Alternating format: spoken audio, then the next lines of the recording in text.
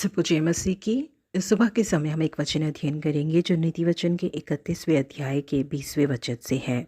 वह दीनों के लिए मुट्ठी खोलती है और दरिद्रों को संभालने के लिए हाथ बढ़ाती है। जॉन किलिंगर नाम के व्यक्ति ने मदर तेरेसा की सेवकाई के बारे में विस्तार से बताया है। समाज में गरीब और बेसहारा लोगों को मदद करने में उनका योगदान सबसे ज्यादा है। केवल 5 फुट की कद वाली इस कुंवारी नन के जीवन में विश्राम नाम का चीज ही नहीं था। इन्होंने भारत के गरीब लोगों के स्तर को बदलने के लिए कड़ी मेहनत और कोशिश की है। जो लोग कुष्ठ रोग से ग्रसित थे उन लोगों की देखभाल करना, जिन बच्चों को कूड़े में फेंक दिया जाता था उन बच्चों को लाकर उनकी देखभाल करना, या जो माँ बाप उनकी देखभाल अच्छे से कर सकते हैं उन लोगों के हाथों में उन्हें सौंपना, इस तरीके के कई कार्यों में प्रतिरोज वो व्यस्त रहती थी। 80 साल की उम्र की होने के बावजूद वो सुबह 5 बजे से पहले उठ जाती थी और अपनी सुबह की प्रार्थना को समाप्त करने के बाद अपने कार्यालय के कार्यों को करने के लिए वो निकल जाती थी। रात के 1 बजे तक वो सेवकाई में व्यस्त रहा करती थी। अपनी यात्रा को करना, कई जगहों में जाकर प्रचार करना, कई बीमारों को देखना, उनकी देखभाल करना,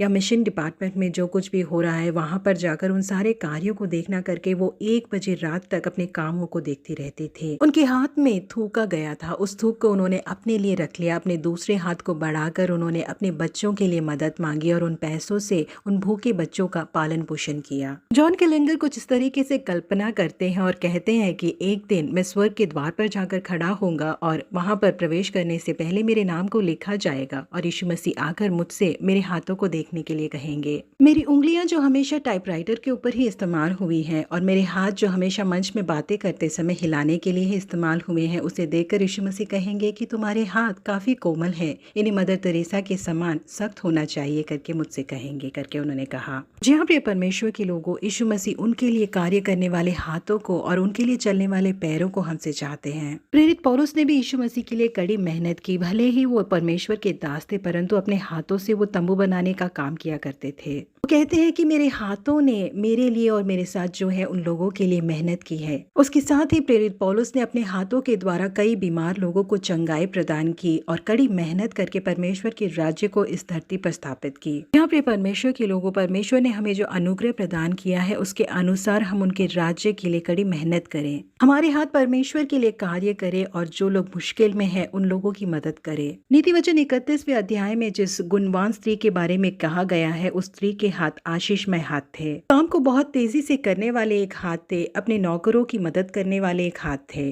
अपनी मेहनत के पैसों से उसने खेत को मोल लिया और अपने घर के लिए कमाए हुए पैसों से उसने दीन दरिद्रों के लिए भी हाथ खोलकर मदद की। उसने कई लोगों को सहारा दिया। जी हाँ प्रिय परमेश्वर के लोगों, हमारे हाथ भी मदर तेरेसा के हाथों के समान दूसरों की मदद करने वाले और दूसरों को सहारा देने वाले हाथ बने। अगर हम गरीब लोगों की मदद करेंगे तो परमेश्वर हमें वो वापस लौटाएंगे। इसलिए हमारे हाथ परमेश्वर के पसंद लायक हाथों में बदल जाए। प्रभु आप सबों को आशीषित करे। Have a blessed day.